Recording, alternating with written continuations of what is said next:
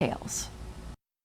The first named hurricane of the 2024 Atlantic season is here and making history. Beryl is now an extremely dangerous Category 4 hurricane with sustained winds of 130 miles per hour as it churns toward the Caribbean.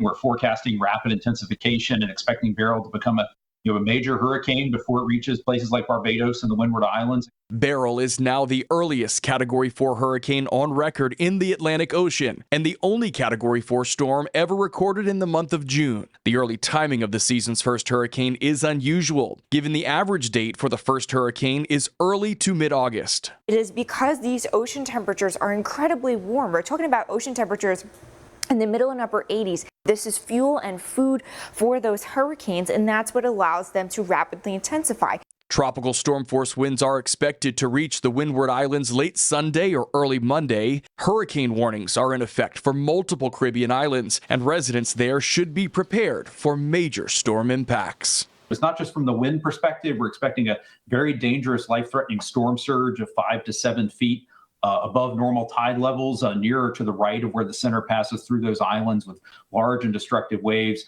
Also expecting 3 to 6 inches of rainfall. So a very dangerous situation unfolding. Grenada's government has already declared a state of emergency effective Sunday evening in anticipation of the hurricane's arrival. I'm Rob Kirkpatrick reporting.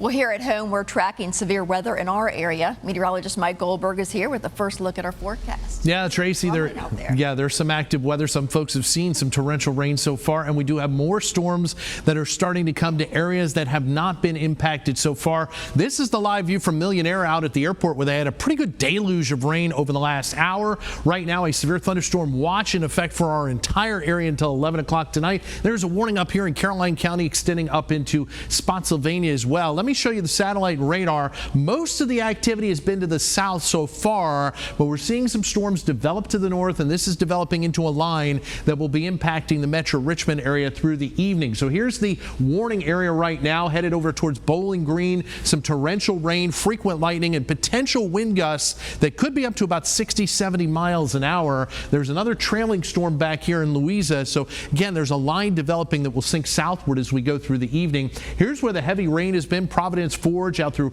parts of New Kent and Charles City counties. This green area, that's a flash flood warning that's in effect until about 9:15 this evening. Because of the heavy rain, some flooding is occurring in that area. Some rain in the Tri-Cities as well. A couple of flashes of lightning, and back to the southwest, more activity going on out into Nottoway and Lunenburg counties. Look at the impact of the rain. Where it is rain, temperatures are in the 70s while it's still 97 in Ashland. We made it to the triple digits again here in Richmond today. It will cool off as the rain hits your neighborhood. Scattered storms that could produce torrential rain, some damaging wind gusts as well through the evening. Overnight, it starts to turn cooler. We've got a better forecast for the next couple of days that I'll talk about in a few minutes. Tracy? All right, thanks, Mike. Operation Dry Water Weekend kicks off next weekend. The effort by the Virginia Department of Wildlife Resources Law Enforcement Division raises awareness of the importance of sober boating. Over July 4th weekend, police officers will increase their presence on Virginia's lakes and rivers. The National Association of State Boating Law Administrators says the risk of dying in a boat-related incident is equal for both boat operators and passengers who are drinking alcohol. Police say groups going out in the water should designate a sober boat operator, and all passengers should wear a life jacket. During last year's Operation Dry Water Weekend, officers arrested 5 people for boating under the influence and issued nearly 150 citations for other boating violations.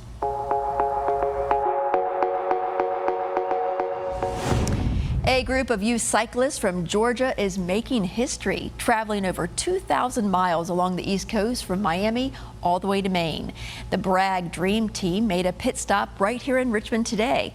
Our Elizabeth Holmes explains why this stop was a special one. Belmead Community Bike Shop was open for business Sunday as a new home base for the Bragg Dream Team. I've been biking with the Bragg Dream Team for 6 years now. and we're doing the East Coast Greenway Trail from Miami all the way up to Maine. BRAG, which stands for Bicycle Ride Across Georgia, is a nonprofit geared at getting young people moving outside. For its 30th anniversary, the team is making its way 2,300 miles up the East Coast, stopping in Richmond on Sunday. My mom and my daddy have been texting me the whole time trying to figure out like where we're at, and I'm like, I really don't know, I'm just riding. The team will be cycling through the River City, from Belmead to Browns Island to the Capitol and back, partnering with Groundwork RVA, a nonprofit in Richmond that has the same mission. It was a very impactful experience getting to be around so many older cyclists that look like myself who've been doing this with youth for so long. Our program here is pretty young, but I would love to get to that point where we've had the impact that they've had and been able to grow for 30 years like they have and keep growing beyond that too. But for one cyclist, the little rose flower, we got that when we were in Charleston. Stopping here in Virginia is special. Feels good because actually these are one of the places that I was raised in, because my mom and my dad, they separated, so I was back and forth between the houses. 16-year-old Layla Davis gets to go back to her roots, excited to explore Richmond and Alexandria, Virginia. We're going there, and my grandma lives there, so I get to see my grandma.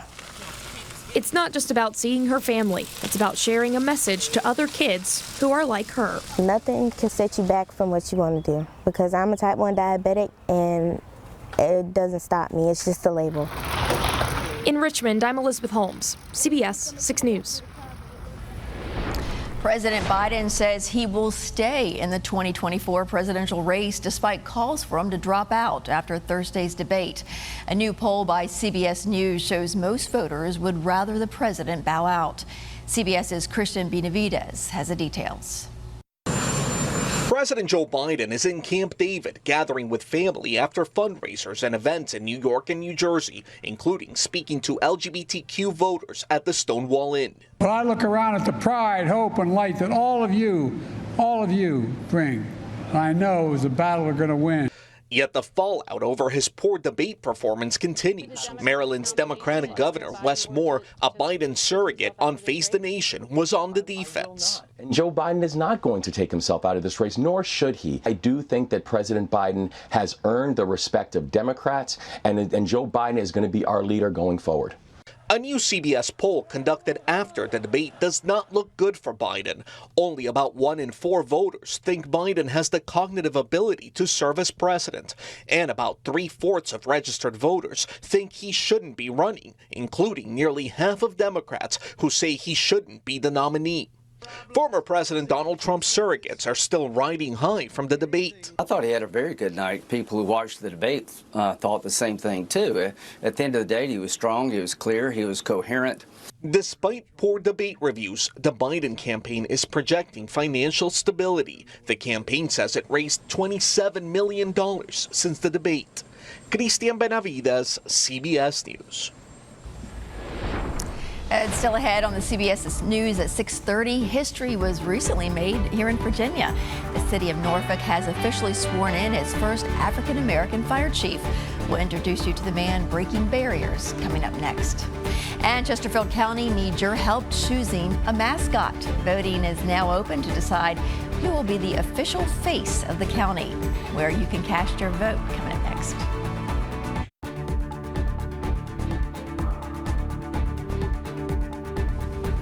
Breaking barriers and making history. Norfolk Fire and Rescue officially swore in its first African-American chief in the department's 150-year history on Friday.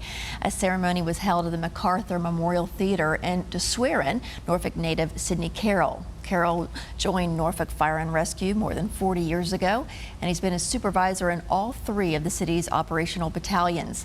He says his focus as chief will be on keeping citizens safe and ensuring the mental well-being of all his firefighters. I look forward to developing greater relationships with the citizens while also providing the necessary resources to the men and women of Norfolk Fire Rescue to accomplish our task. This includes not only their physical needs, but also their mental needs. Norfolk Fire Rescue has high standards. We're going to try to be innovative. We're going to try to do different things in the coming future.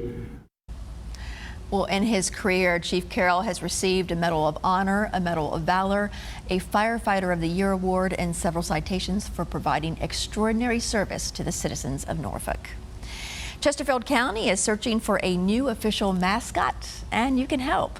Will it be a raccoon, a chipmunk, a retriever, or a bear that becomes the new face of the county?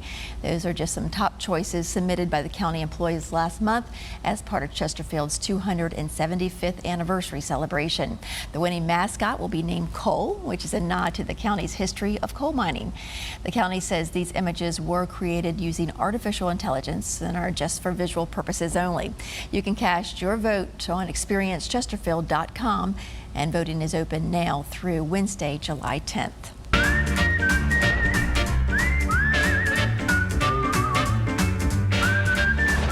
And few things are better than an ice-cold glass of lemonade on a hot summer day like this, especially when it's for a great cause.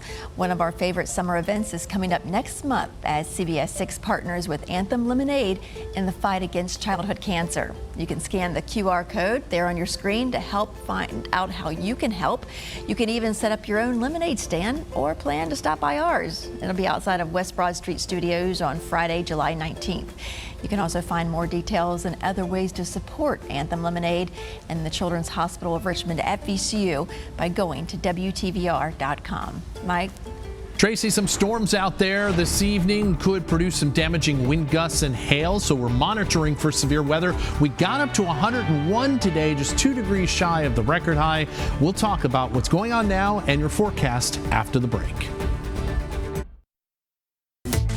Now, from CBS 6, the Weather Authority, meteorologist Mike Goldberg. All of central and eastern Virginia under a severe thunderstorm watch until 11 o'clock tonight. We do have one warning that is currently in effect. That's up in Caroline County. That will be until the top of the hour. Here's what's going on. You can see one batch of storms that has pushed south and east of the metro area. This has created some flooding issues out to the east. We've had a couple of reports of flash flooding in New Kent County, and that flash flood warning outlined in green here is in effect until about 9:15 this evening. It includes eastern Henrico County. Even though the rain has tapered off for the time being, there has been a lot of water in a short period of time, so that has caused some of this flooding to occur. Meanwhile, here's the storm up to the north, again moving into Caroline County. This is Ladysmith over towards Bowling Green, and just on the tip of Woodford right now, moving south towards Doswell and Hanover County. This is developing into a line back into Louisa County that will be sinking southeastward over the next couple of hours, so the potential is there for severe weather into the Richmond metro area. The cold front that is helping to trigger some of these storms running into a very hot, muggy air mass. We made it to 101, as I had mentioned, here in Richmond. That front is back to the west. Once that comes on through, it will usher in drier and somewhat cooler air overnight tonight. Right now, we're at 77 at the airport, but did get to 101. So the thunderstorm that rolled on through dropped the temperature almost 25 degrees. The dew point still up at 75, so you can just feel the moisture that is in the air right now. By late tonight, our temperatures are going to dip into the 60s and look to the northwest, a few readings in the upper 50s, so a much more comfortable air mass coming into town behind the front for tomorrow. Highs will be in the low 80s, but you'll really notice the difference in the humidity. It's going to be so much more comfortable outside for tomorrow. So as we go through the evening, this is about 9 o'clock, that line developing to the north starts to come south and produces some thunderstorms here in the metro area. Again, some of these storms could contain some strong wind gusts up to about 60-70 miles an hour and potentially even a little bit of hail, as well as that torrential rain causing the flooding issues across much of the area. This is midnight, so right on through the evening up until midnight, we deal with some of the rain. Then it moves southward during the wee hours of the morning as the drier air comes in.